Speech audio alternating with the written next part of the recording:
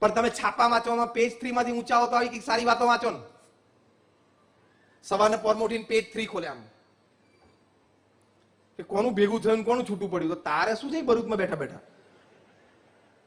Page 3 ઉપર બધી બોલિવૂડની વાતો આવતી હોય. કે હું તમને પેજ 3 ની બધી વાતો અત્યાર સુધીમાં જે છપાણી છે ને આગળ જે છપાશે એ તમને એક વાક્યમાં કહી દો એટલે શું તમારે સવારના પોરમાં ઉઠીને ટાઈમ ના બગાડો. પેજ 3 ઉપર એટલી જ વાતો હોય કે આ બે જણા આજે ભેગા થયા અને રિલેશનશિપ શરૂ થયું. અને નીચે બીજી વાત કઈ હોય કે જે ગઈકાલે એટલે પછી વર્ષ પહેલા કે 5 વર્ષ પહેલા જે ભેગા થયા હતા એ આજે છૂટા પડ્યા. આ 2 થી ત્રીજી વાત હોય પેજ 3 ઉપર તો મને બતાવો. Why are you wasting your time? Why are you wasting your energy? એના બદલે આવો સમય આપો ને તો તમે તમારા પરિવારજનોને સંસ્કારિત કરી શકશો. બીજી એક વાત છે પરિવારમાં સંસ્કાર અને સંવાદિતતા માટે જે અમારા વડીલ સંત પરમ પૂજ્ય ડોક્ટર સ્વામી ખૂબ વાતો કરતા અને કરે છે કે પતિ પત્ની તમારા બંને વચ્ચેની સમજણ, સેન્સ ઓફ અન્ડરસ્ટેન્ડિંગ એ ખૂબ જરૂરી છે. કેટલા બધા ડિવોર્સિસ થાય છે તમને ખબર છે? દિલ્હીમાં રોજ 60 થી 70 ડિવોર્સ કેસીસ રજીસ્ટર થાય છે. મુંબઈમાં બાંદ્રામાં ફેમિલી કોર્ટમાં રોજ 70 થી 80 ડિવોર્સ કેસીસ રજીસ્ટર થાય છે. હૈદરાબાદ, સિકંદરાબાદ, ટ્વિન સિટીમાં જોઈન્ટલી લઈએ તો રોજના 100 ડિવોર્સ કેસીસ રજીસ્ટર થાય છે. એટલે એટલું બધું તો શું વાંધો પડી જાય છે? હા, તો ડિવોર્સ થાય એની વાત કરી, બાકી ઓક્સિજન ઉપર તો બહુ ચાલતા હોય છે. આઈસીયુમાં હોય એવા કેસીસ તો બહુ છે. પછી આ લોકોએ તારણ કાઢ્યું, the principal reasons of divorce among young couples. અમેરિકામાં 300 જેટલા ડિવોર્સ વકીલોની કોન્ફરન્સ થઈ. આ બધા મિલિયનર્સ, હા, ખબર પડી શું બોલું છું? ડિવોર્સ વકીલ બધા મિલિયનર્સ છે એટલે કેટલા બધા કેસ લડતા હશે.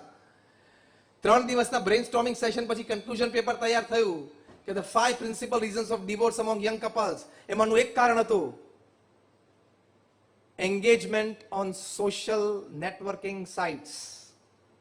એટલે એમાંથી એક્સ્ટ્રા મેરિટલ રિલેશનશિપ શરૂ થાય, એટલે કે લગ્નેતર સંબંધો શરૂ થાય. પછી સંસ્કાર અને સંવાદિતતા પરિવારમાં ક્યારે? હવે તમને આશ્ચર્યની એક વાત કહું કે મુંબઈમાં બાંદ્રામાં જે ફેમિલી કોર્ટ છે એમાં જે રોજના 70-80 કેસીસ ડિવોર્સ માટેના આવે છે એમાંથી 5% કેસ 60 વર્ષથી ઉપરની ઉંમરવાળાના હોય છે.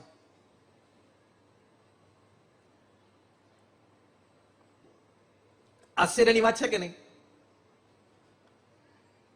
એમાં પણ એનાલિસિસ થયું કે 60 વર્ષથી ઉંમરની ઉપર હોય એમાં ડિવોર્સની જરૂર શું પડે છે? આપણે તો સીધી સલાહ આપે ને, હવે 30-35 વર્ષ ખેંચી લીધું છે, 15-20 ખેંચી લે તો પતે.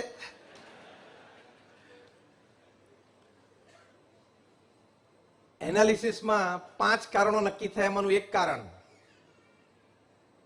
Speed of the fan in bedroom.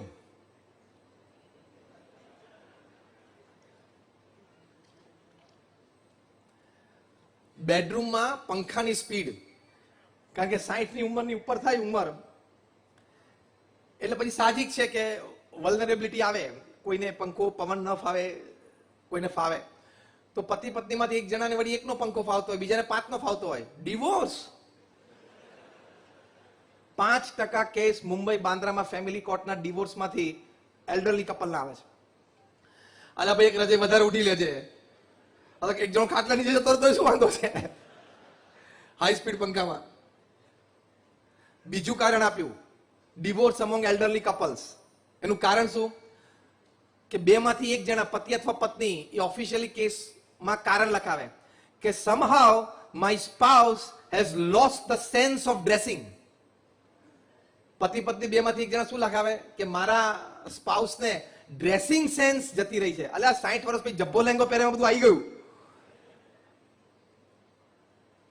આવા ક્ષુલ્લક કારણો. હવે ક્યાં આમાં સંવાદિતતા પરિવારમાં જળવાઈ રહે? કારણ કે સમજણ નથી. ટેક્ટ ફોર્મ્યુલા એપ્લાય કરવાની.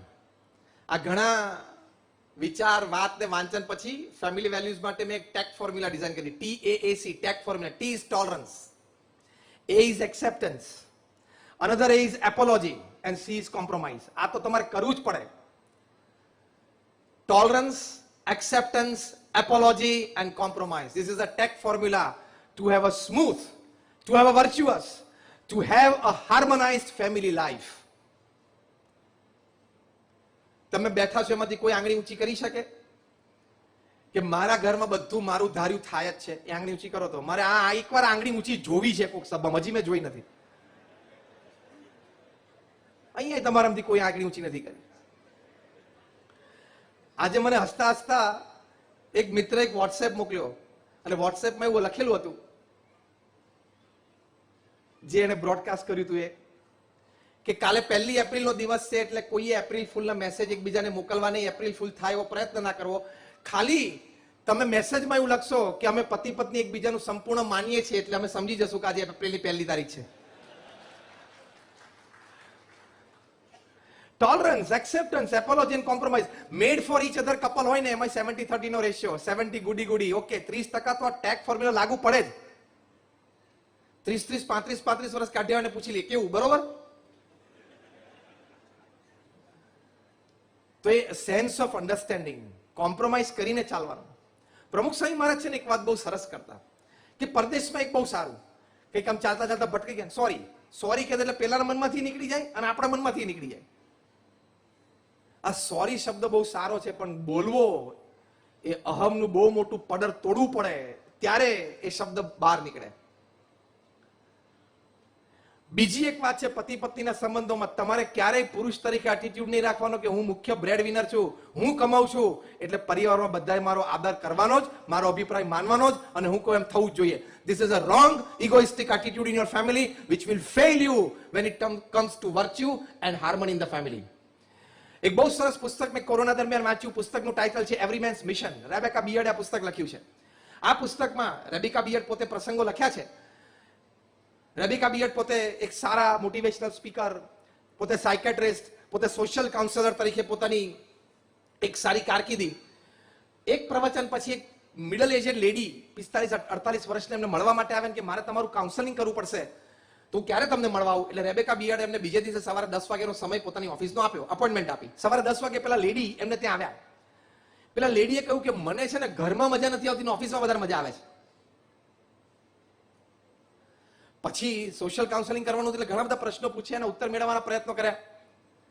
એની પરથી ખબર પડી કે આ લેડી પોતે મુખ્ય બ્રેડ વિનર હતી એટલે એના પગાર ઉપર ઘર ચાલતું હતું. એને પોતાનો એટીટ્યુડ હતો કે મારા પગાર ઉપર ઘર ચાલે છે એટલે હું કહું એમ થવું જ જોઈએ, મારો અભિપ્રાય માન્ય રહેવો જ જોઈએ. સામાન્ય પિકનિક ઉપર ક્યાં જવું એ પણ નક્કી થતું હોય તો બધા ચર્ચા ભલે કરે પણ the final word should be me. આ એટીટ્યુડ હતો એટલે એને પરિવારમાં મજા નહોતી આવતી. અત્યંત અપેક્ષા. Less on expectation, more you are happy. More on expectation, less you are happy is a fundamental principle of life upon this earth.